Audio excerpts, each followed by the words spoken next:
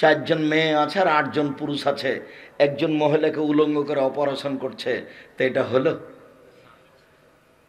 তখন ছেলেরা ওটা একটা মজা কি কারবার, কেউ হাসছে, কেউ পাছার উপরে লাঠি মারছে, কেউ হাতে এভাবে বলছে, আপনি ওটা দেখতে পাবেন না, ওটা একটা ভিন্ন জগৎ। ধর্ম কোথায় চলে গেছে।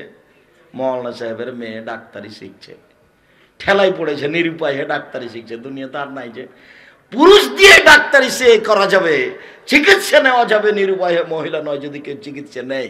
প্রমাণ বুখারীর হাদিস, পুরুষ দিয়ে চিকিৎসা নিতে পারে, পুরুষই অপারেশন করতে পারে কোনো মহিলাকে। প্রমাণ আল্লাহ রাসূল বলেন, এই সাহাবী শোনো, আলী শোনো, রওজায়ে খাকে যাও, একজন মহিলা আমার বিরুদ্ধে পত্র লেখা আছে, সেই পত্র নিয়ে যাচ্ছে। রওজায়ে খাক রামপুরা ব্রিজের ওপরে পাবা, চলে যাও। দৌড়াতে দৌড়াতে দৌড়াতে দৌড়াতে রামপুরা ব্রিজ, জায়গার নাম রওজায়ে খাক, বুখারীর হাদিস। একজন বৃদ্ধা মহিলা, এই তোমার কাছে একটা পত্র আছে? না, নেই। আছে? নেই। আছে? আছে অবশ্যই। না, নেই।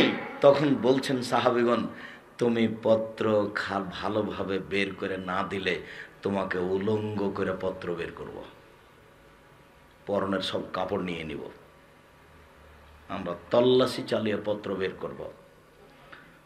তো তখন দেখলো যে তো পরিবেশ তো কঠিন, তখন ওই কাপড়ের মোড়ার ভিতরে বা খোপার ভিতরে সেই পত্রটা ছিল, ওটা বের করে দিল। তখন আলী বললেন, চলো এবার। তাকে ঘুরিয়ে নিয়ে রাসূলের কাছে নিয়ে যাওয়া হলো। তা হাতিব ইবনে বালতা একজন সাহাবী এই পত্র লিখেছেন। এখন উমর বলছেন ওকে মারব, যে পত্র লিখেছে তাকে মারবো। তো আল্লাহ রাসূল বলছেন, না না না, মারিও না। তো প্রমাণ আল্লাহ রাসূল এটাতে সম্মতি জানালেন। তাহলে নিরুপায় হয়ে একটা মহিলাকে উলঙ্গ করে পত্র খোঁজা যায়। নিরুপায় হয়ে কোনো মহিলা পুরুষ ডাক্তারের কাছে আশ্রয় নিতে পারে। চিকিৎসা না করুক, চিকিৎসা না করে মরে যাওয়া ভালো, অনেক নাকি পাওয়া যাবে। আব্দুল্লাহ ইবনে আব্বাস বলছেন রেবাহকে, যে শোনো, এই যে যে মহিলাটা জান্নাতে চলে গেছে, মহিলাটা জান্নাতে চলে গেছে, জানো কেন? এই মহিলাটা রাসূলের কাছে এসেছিল, এসে বলছে যে ইন্নী উসরিউ ওয়া আতাকাশাফু, আল্লাহর নবী, আমি মির্গির রোগে উল্টে পড়ে যাই আর আমি কাপড় চোপড় খুলে দিই, তো ফাদুলি, আমার জন্য একটু দোয়া করেন তো আল্লাহর নবী। তখন আল্লাহ রাসূল বলছেন, আচ্ছা আচ্ছা আচ্ছা, ঠিক আছে ঠিক আছে, শোনো, ইনসাবিতে ফেনালাকে জান্নাত, তুমি এই রোগের ওপরে যদি তুমি ধৈর্য ধারণ করতে পারো, এটা পানিটা ওখানে দেন, ধৈর্য ধারণ করতে পারো, তাহলে তুমি জান্নাতে যাবা। আর তুমি যদি বলো তাহলে আমি দোয়া করব। তখন মহিলাটি বলছে, আমি এই রোগের উপরে ধৈর্য ধারণ করলাম, তবে একটু আল্লাহর কাছে আপনি দোয়া করেন আমি যেন কাপড় খুলে না ফেলি। তো আল্লাহ রাসূল বলেন, আচ্ছা ঠিক আছে। হাদিস বুখারী মুসলিম। তাই আব্দুল্লাহ ইবনে আব্বাস বলছেন, এই যে এই মহিলা জান্নাতে চলে গেছে, কালো রঙের মহিলা, একবারে নগদ দেখাচ্ছে হাদিস মুসলিম। মানে আল্লাহ রাসূল বলেছেন যে তুমি যদি এই রোগের উপরে ধৈর্য ধারণ করতে পারো তাহলে তুমি জান্নাতি। তখন মহিলা উত্তরে কি বলেছে? আমি ধৈর্য ধারণ করলাম। যার জন্য জ্বর হলে সিঙ্গাপুর যাবেন না। আপনি দেখেন আল ইতিসাম টিভিতে জুমার খুতবা যেগুলো এখন ধারাবাহিক চলছে, 2020 সালের করোনা ভাইরাসকে লক্ষ্য করে এখন জানাজার সালাত চলছে। তাতে এক জায়গাতে বলা হয়েছে, মানুষের গায়ে যখন জ্বর হয় তখন জ্বরের কারণে তার পাপ ঝরতে থাকে ওইভাবে যে কামারের ভাটিতে লোহা দিয়ে, স্বর্ণ চাঁদি দিয়ে যখন লাল হয়ে যায় তখন ওর ময়লাগুলি যেভাবে ঝরতে থাকে, পাপ ওইভাবে ঝরতে থাকে মানুষের জ্বরের কারণে। আবার বলেছেন যে গাছের পাতা পেকে গেলে গাছ যেমন তার পাতাকে টপ টপ টপ টপ করে ঝরাতে থাকে, মানুষের গায়ে যখন জ্বর হয় তখন তার পাপগুলি টপ টপ টপ টপ করে ঝরতে থাকে। হাদিস বুখারী মুসলিম, এভাবে মুহাম্মদ সাল্লাল্লাহু আলাইহি সাল্লাম বলেছেন। সম্মানিত দিনী ভাই বোন, কোন নারীর গায়ে হাত লাগিয়ে হলুদ মাখাতে পারে না। এরকম যুবতী মেয়েকে হলুদ মাখানো চিরদিনের জন্য হারাম। দেবর ভাসুরকে এইভাবে হলুদ মাখানো চিরদিনের জন্য হারাম। হলুদ মাখাতে পারে, তার মা মাখাবে, তার খালা মাখাবে, তার ফুফু মাখাবে, তার ভাবি যদি হলুদ মাখায় তাহলে বিবাহের আগেই জেনা, বিবাহের সূচনাতেই জেনা। জেনা দিয়ে বিবাহ চালু হয়েছে। কি দিয়ে বিবাহ চালু হয়েছে? জেনা দিয়ে। রাসূল সাল্লাল্লাহু আলাইহি ওয়াসাল্লাম বলছে রায়নানে তাজনানে জেনাহুমুন নাজর, দুই চোখের জেনা হচ্ছে চোখ দিয়ে দেখা। অল ওজনানে জেনাহুমুল ইস্তেমাউ, দুই কানের জেনা হচ্ছে কান দিয়ে শোনা। অল ইয়াদ জেনাহাল বাতস, হাতের জেনা হচ্ছে হাত দিয়ে ধরা। আর রিজল জেনা আল মশি, পায়ের জেনা হচ্ছে পা দিয়ে চলা। জেনাল কালব তাতমানা তাস্তাহি, অন্তরের জেনা হচ্ছে পরিকল্পনা করা। জেনাল লেসানুতক, জিহ্বার জেনা হচ্ছে কথা বলা। এগুলো সব জেনার মাধ্যম। চিরদিনের জন্য ভাবি দিয়ে, খালাতো বোন, ফুফাতো বোন দিয়ে গায়ে হলুদ মাখানো হারাম। এইভাবে রং মাখানো, ছিটাছিটি করা, এই ঘরে যাওয়া ওই ঘরে যাওয়া, হুড়াহুড়ি, ধর্ম এত পাগল হয়ে যায়নি। মুহাম্মদ সাল্লাল্লাহু আলাইহি সাল্লামের দেওয়া ধর্ম ইসলাম একটা নীতির নাম। যেই ধর্মে এক গিলাস পানি পান করলে 5টা বিধান লাগে, সেই ধর্ম এতই পাগল হয়ে গেছে, বিবাহ লেগে গেলে আর কেউ মানুষ নাই, সব পশু হয়ে গেছে। ভাবি আর বোনেরা যে কি করছে তার কোনো হিসাব নাই। যার যাও সবাই নাকি ফিরি। নাউজুবিল্লাহ মিন যালিক, নাউজুবিল্লাহ মিন। এটা তো আমার চোখের সামনে। আমি যখন যাই কোনো বিবাহের বৈঠকে, যদি দেখি এরকম, তাহলে ওখান থেকে ফিরে আসি। বিবাহ পড়াতে যার কারণে আমাকে সাহস করে না, যেখানে নিয়ে যায় না। আর না হলে দূরে কোনো জায়গাতে বিবাহ পড়ে আমাকে বিদায় করে দেয়।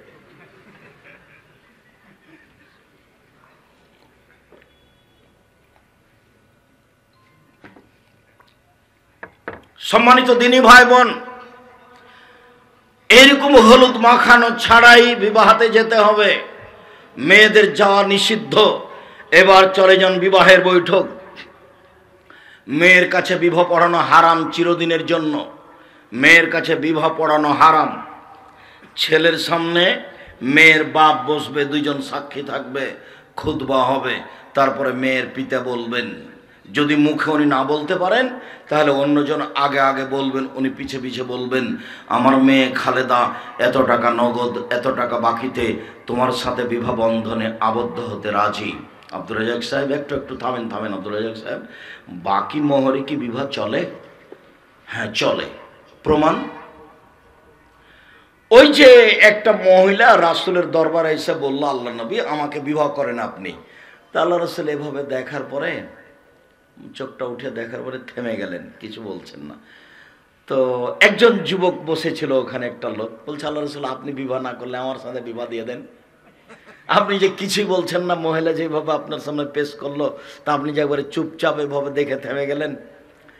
তখন বলছো তুমি বিবাহ করবা, টাকা পয়সা কিছু আছে? না তেমন কিছু নেই। কিছুই নেই? না কিছুই নেই। যাও না বাড়ি থেকে দেখে আসো না, কিছু যদি লোহার একটা আংটি থাকে, কিছু না কিছু লাগবেই, নইলে রাজশাহীর একটা ফজলিয়াম হলেও হবে। কিছু না কিছু লাগবেই। মাঝাবে বলেছে, হানাফি মাঝাবে, যে অন্তত 10 দিরহাম লাগবে, হাদিসটা জাল। এইখানে আল্লাহ রাসূল যেটা বলছেন সেটাই চূড়ান্ত। আরে যাও না, একটা লোহার আংটি পেলেও দিবা। তখন ঘুরে এসে বলছে যে লোহার আংটিও নাই, খালি আমার এই লুঙ্গি খান আছে। তখন যেটা হলো, তুমি যদি তোমার বউকে দাও তুমি কি পরবা? হাদিস বুখারী মুসলিম। তখন আল্লাহ রাসূল বলছেন, আচ্ছা ঠিক আছে, তুমি কি অমুক অমুক সূরা জানো? হ্যাঁ জানি। আচ্ছা ঠিক আছে, তুমি এই সূরাগুলো তাকে শিখিয়ে দিও, এর বিনিময়ে আমি তোমার বিবাহ দিয়ে দিলাম। এই যে শ্রম, কোরআন মাজিদ, যার জন্য তো হুজুর বলছেন যে বক্তৃতা দিয়ে টাকা নিব। তো এ দেখেন কোরআন মাজিদ ব্যবহার করছে বিনিময়ে। কথা বুঝতে পারেননি? তাহলে বক্তৃতা দেবো 1 ঘন্টা, টাকা 50,000 নিব না? কিভাবে যে মানুষ টাকা দিচ্ছে আমি নিজেও বুঝি না। আমি যেটা বলেছি সেটাই ঠিক। এদেশের শতকরা 95 জন বক্তা মিথ্যু, এদেশের শতকরা 98 জন মুফাসসির মিথ্যু। কে একটু সাহস করে বলে না কেন?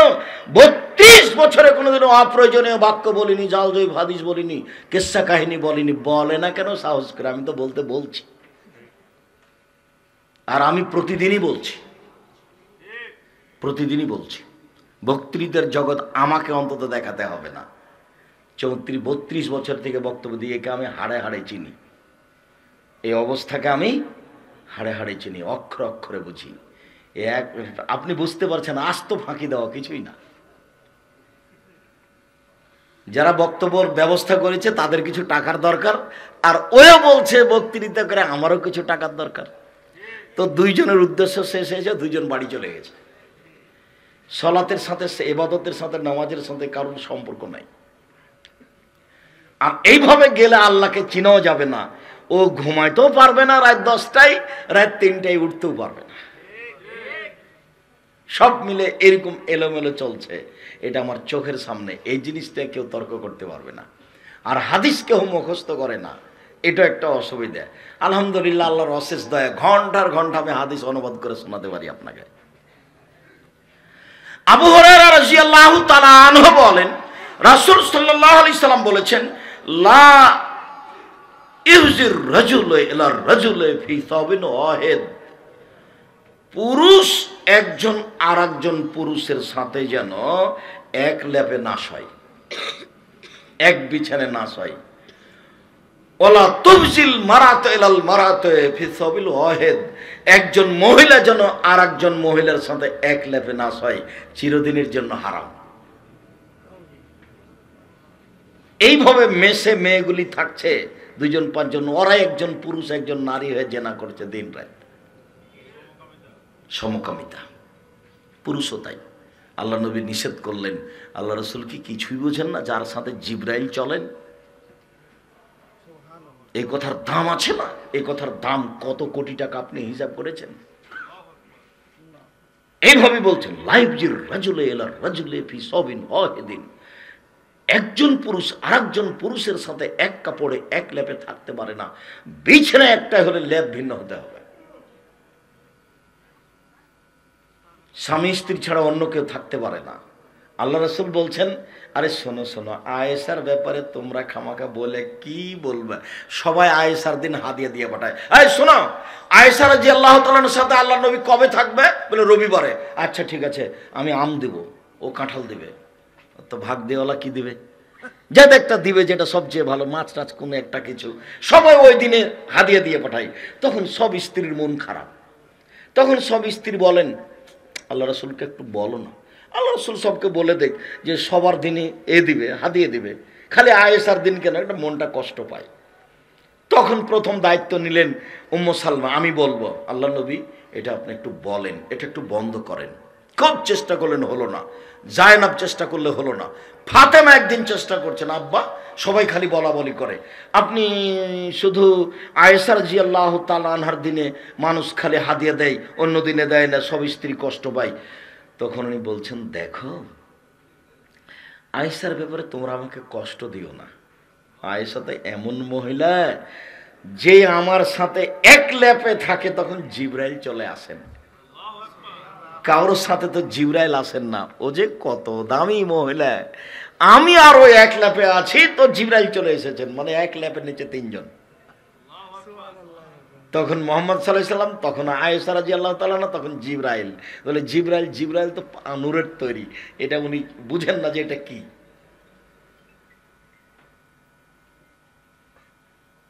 অনুভূতি তার নাই এগুলো, বাস আদেশ পালন করে, 19-20 হবে না, শুধু আদেশ পালন করে। কোনো পাপ নাকি করার কোনো ক্ষমতা নেই।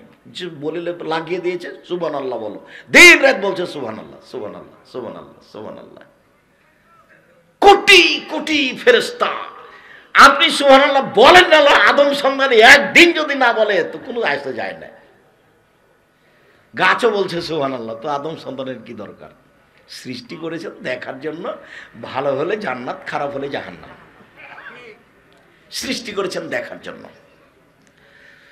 তো আয়েশা রাদিয়াল্লাহু তাআলা এই কথা। এবার চলেন বিবাহের বৈঠকে, এত টাকা নগদ, এত টাকা বাকিতে, হ্যাঁ বাকি মোহরে চলবে, এটার প্রমাণ তুমি কোরআন শিখিয়ে দিও। কথা বোঝা গেল না মনে হয়। তো কোরআন কি এখনই শিখিয়ে দিবে না 6 মাস বছর লাগবে? 6 মাস বছর লাগবে। এই যে বাকি মোহরে বিবাহ জায়েজ, তাই বলছে এত টাকা নগদ, এত টাকা বাকিতে। তবে 1,01,000 টাকা হওয়া এটা আবার সেরে কি কথা? নাউজুবিল্লাহ মিন জালিক। 50,000 হোক, 1 লক্ষ হোক, কম মোহর ভালো। কম মোহর হলে বরকত আছে, এই কথা মুহাম্মদ সাল্লাল্লাহু আলাইহি সাল্লাম বলেন। বিবাহ হয়ে গেল। যদি গুরুত্বপূর্ণ কথা 3 বার বলতে পারে, আমার মেয়ে খালেদা এত টাকা নগদ, এত টাকা বাকিতে তোমার সাথে বিবাহ বন্ধনে আবদ্ধ হতে রাজি, তুমি তাকে স্ত্রী হিসাবে কবুল করো, বলবো কবুল করলাম। বা বুখারীর হাদিসে এসেছে কাবিল তো শব্দ বললে হবে, আলহামদুলিল্লাহ বলে শব্দ পার করা হবে না। তো কিছুক্ষণ আগে একজন মহিলা রিং দিয়ে বলছে যে আমার স্বামী যখন কাবিল তো বলে, তখন কাবিল তো বলতে পায়নি, ওই কাজী সাহেব আর আগের কথা বলতে লেগেছে, তাহলে কি বিবাহটা হয়েছে? তখন আমি বলছি তুমি দেখ বেকায়দায় ফেললে, তোমার বাপ ছিল কি না? বলে হ্যাঁ ছিল। তাহলে এবার কাবিল তো ওর কিছুই লাগবে না, সব কিচ্ছু লাগবে না, বিবাহ হয়ে গেছে। তোমার বাপ ওখানে উপস্থিত না থাকলে বিবাহ বাতিল হয়ে যেত। বাপের খুব পাওয়ার এখানে। খালি বলেছে মেয়ে দিলাম, ও বলল নিলাম, বাস 2 জন সাক্ষী, এতে বিবাহ হয়ে যায়। তো এই হলো বিবাহের পদ্ধতি। এখন দাঁড়িয়ে চট করে বলছে আপনারা অলিমা নিয়ে খেয়ে যান, খেজুর নিয়েছে কিছু, খেজুর, নগদ খেজুর, জি না, এগুলো চলবে না। এখানে কোনো কিছুই নাই, এখানে সুন্নাত 2 রাকাত সালাত নাই, এখানে খেজুর নেই। এখানে মেয়ের পক্ষ থেকে ছেলের পক্ষ থেকে বলতে পারে আপনারা যারা উপস্থিত আছেন খাওয়া দাওয়ার ব্যবস্থা আছে, আজকের জন্য সময় পার হয়ে গেছে, সেই জন্য খেয়ে যেতে পারেন। কিন্তু এই খাওয়া সেই খাওয়া নাই, বিবাহের সাথে যেটা সম্পৃক্ত খাওয়া সেটা অলিমা।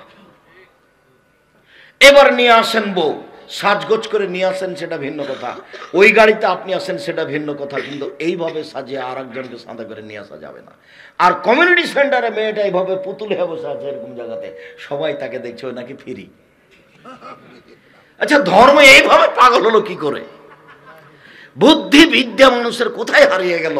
আমাকে দেখলে মনে হয় যে এরাই হলো পশু প্রাণী, গরু ছাগল। বুঝেও বোঝে না ওরা, অন্তর আছে বোঝে না, দেখেও দেখে না ওরা, চক্ষু আছে দেখে না। উলায়েকা কালানাম, তারা পশু প্রাণীর মতো, তারা গরু ছাগলের মতো, তারা কুকুর শ্রীগুলের মতো, বালহমাদাল, বরং তার চেয়ে খারাপ। একটা মেয়ে এভাবে বসে থাকবে, সবাই দেখবে ধর্ম কি পাগল হয়ে গেছে? এর চেয়ে নোংরা নেককার জঘন্য বর্বর কাজ কি থাকতে পারে? সাফর ইবনে মুআত্তাল আয়েশা রাদিয়াল্লাহু তাআলা আনহা বলেন, আমি তো রাসূলের সাথে যুদ্ধে গেছিলাম, আমি পায়খানার জন্য বাইরে গেলাম, বাইরে থেকে এসে দেখি আমার গলায় হার নাই।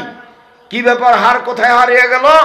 আমি হার খুঁজতে গেছি, তখন সাহাবীরা আমার হাওদাটা উটের উপরে তুলে দিয়েছে। আমি ছিলাম হালকা পাতলা মেয়ে, ওরা বুঝতে পারেনি যে ভিতরে পালকির ভিতরে আয়েশা আছে কিনা, ওরা তুলে দিয়েছে, ওরা বুঝতে পারেনি।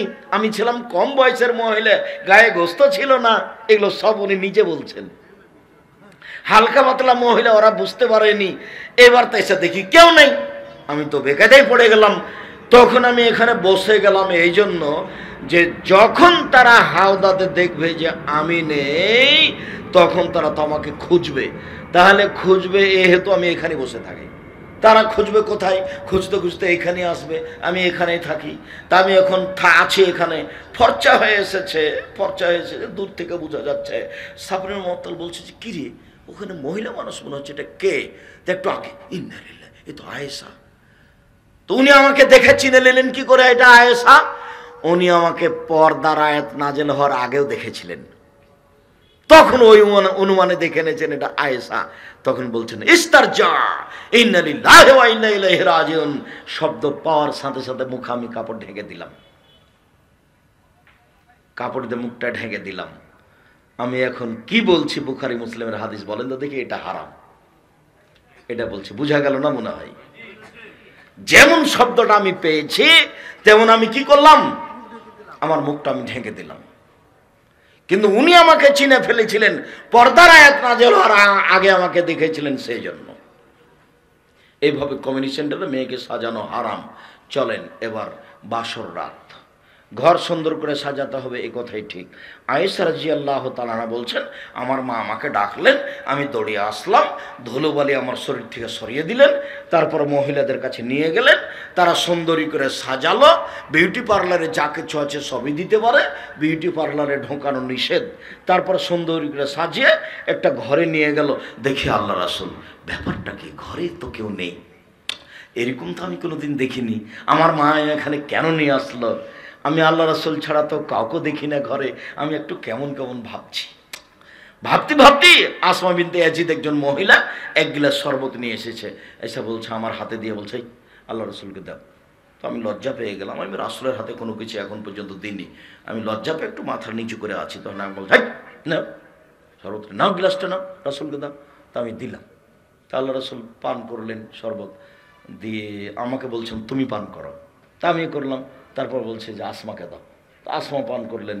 তাহলে বাসর রাতে সাজাতে হবে বউকে, এ কথাও সুন্নাত, সাজাবে মা, এটাও সুন্নাত, বাসর রাতে মিষ্টি থাকবে, খাওয়ার কিছু থাকবে, এটাও সুন্নাত। এবার মাথায় হাত দিয়ে বলতে হবে আল্লাহুম্মা ইন্নী আসআলুকা খাইরাহা ওয়া খাইরা মা জাবালতাহা আলাইহি ওয়া আউযু বিকা মিন শাররিহা ওয়া শাররি মা জাবালতাহা আলাইহি। আল্লাহ এই স্ত্রীকে যে কল্যাণ আছে সেটা আমি চাচ্ছি, একে যে কল্যাণ দিয়ে সৃষ্টি করা হয়েছে সেটা থেকে চাচ্ছি। আল্লাহ এই যে ক্ষতি দিয়ে সৃষ্টি করা হয়েছে, বেহায়াই দিয়ে খালি আর ওর সাথে প্রেমের গল্প করবে, এটা যেন না করে, এইটা তোমার কাছে আমি চাচ্ছি। এই দোয়া পড়তে হবে প্রথমে। তারপরে 2 রাকাত সালাত, আপনি আগে দাঁড়াবেন আর ও পিছে দাঁড়াবে। বলছে আব্দুর রাজ্জাক সাহেব আমাদের পার হয়ে গেছে, আপনি এমনি বলেন। আচ্ছা ঠিক আছে এমনি বলছি। তো 2 রাকাত সালাত, বর থাকবে সামনে আর কনে থাকবে পিছনে। বর যে মূর্খ মানুষ, আচ্ছা হোক, তারপরে দেখা যায় 2 রাকাত সালাত আদায় করতে পারে কিনা, এই জন্য তো আমার কষ্ট হয়। আসলে কি তার এটা বাপ না এটা খালু? একটা ছেলে যদি বাসর ঘরে 2 রাকাত সালাত আদায় করতে না পারে তো ছেলেটা দায়ী না বাপ দায়ী? এমনি সংসার চলছে মানুষের, খালি পয়সা উপার্জন করছে, খালি পয়সা, কোনো হিসাব নিকাশ নাই, ধর্মকর্মের কোনো হিসাব নিকাশ নেই, কেউ কিছু বুঝতে চায় না। এবার দাম্পত্য জীবন, রাসূল সাল্লাল্লাহু আলাইহি সাল্লাম বলছেন এই যে আতাহালাহু, যখন কোনো মানুষ তার স্ত্রীর কাছে যাবে ফালিয়াকুল, সে যেন বলে বিসমিল্লাহি আল্লাহুম্মা জান্নিবনা শায়তান ওয়া জান্নিবিশ শায়তান মা রাযাকতানা। আল্লাহ তুমি আমাকে আর আমার স্ত্রীকে শয়তান থেকে রক্ষা করো, আমাদের মিলনে যদি কোনো সন্তান হয় তাহলে সন্তানকে তুমি শয়তান থেকে রক্ষা করো। এই দোয়া না পড়লে শয়তানের ভিতরে ক্ষতি থাকবে, শয়তানের প্রতিক্রিয়া তার ভিতরে থাকবে। এ তো হলো দিন যায় রাত্রি যায়, পেটে বাচ্চা আসলো, দুইজনে এখানে দোয়া করবে রব্বে হাবলি মিনাস সালিহিন, একটা সৎ সন্তান দাও। রাতে দোয়া করবেন, আপনি আপনার স্ত্রী করবে, দিন যায় রাত্রি যায়, দিন যায় রাত্রি যায়, 10 মাস 10 দিন পরে সন্তান প্রসব হলো।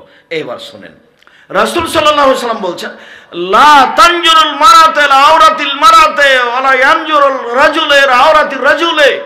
একজন মহিলা আর একজন মহিলার ঢেকে রাখা অঙ্গ লজ্জা স্থান দেখতে পারে না, একজন পুরুষ আর একজন পুরুষের ঢেকে রাখা অঙ্গ লজ্জা স্থান দেখতে পারে না। সারা দিন যে ঘরে মেয়ের সন্তান প্রসব হবে গ্রামের গতিতে, সারা গ্রামের মেয়ে ওই ঘরে যাচ্ছে, এটা নিষেধ, চিরদিনের জন্য নিষেধ। একজন বুদ্ধিমতী মহিলা সেখানে থাকবে, নিরুপায় হয়ে আপনি হাসপাতালে নিয়ে যেতে পারেন, সেটাও ভিন্ন কথা, তবু সেখানে তার জন্য নির্ধারিত মেয়ে 2-1 জন রেখে দিতে